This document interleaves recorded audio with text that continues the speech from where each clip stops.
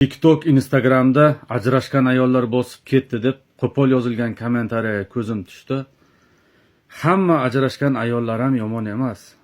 Oilasida kelishmovchilik bo'lgan bo'lishi mumkin. Sharoiti to'g'ri kelmagan bo'lishi mumkin, xarakteri to'g'ri kelmagan bo'lishi mumkin.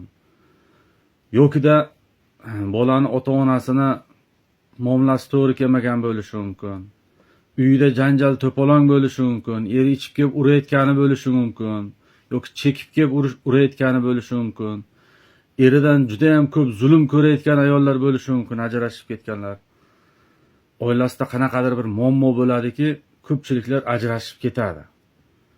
Sababi, masalan, uzoq vaqt chiday olmaydi. 1 ko'nadi, 2 ko'nadi, 3 ko'nadi. Bunday qaraydi, foydasi bo'lmayotgan bo'lsa, siraz ajrashib ketadi. Hech qaysi bir ayol kishi erga tegamanu ajrashaman degan orzu bilan erga tegmaydi. O'shalar ham bir xursandchilik bilan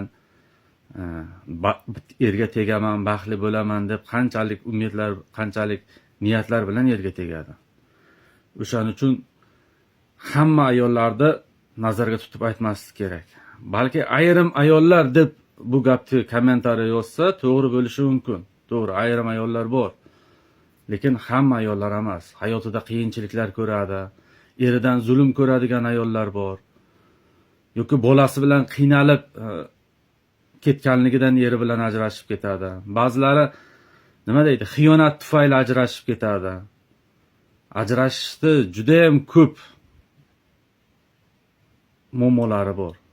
Hech qaysi bir ayol kishi niyat qilmaydiki, erga tegib ajralayin deb. O'shaning uchun jigarlarim, erga tegib ajralib ketgan ayollarning hammasi ham yomon emas. Bunaqa kommentariy yozmanglar. Sababi har bitta xonadonda, har bitta uyda, har bitta oilada ayol kishi bor.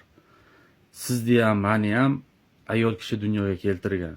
O'shaning uchun ayollarni bunchalik ham yomonlab taylamaslik kerak. Ba'zi bir ayollar yoki ayrim ayollar deb kommentariya qoldirsalaring, maqsadga muvofiq bo'ladi, lekin hamma ayollarni yomonlamanglar. Agar gaplarim noto'g'ri bo'lsa, kommentariyada noto'g'ri deb yozishlaring mumkin. Videoga like bilan podpiska bosib qo'yinglar, videomiz kengroq tarqalsin va shunaqa o'ylaydigan insonlarga borib yetsin. Jonlaringiz sog' bo'lsin. Haddish hurmatdasizlar.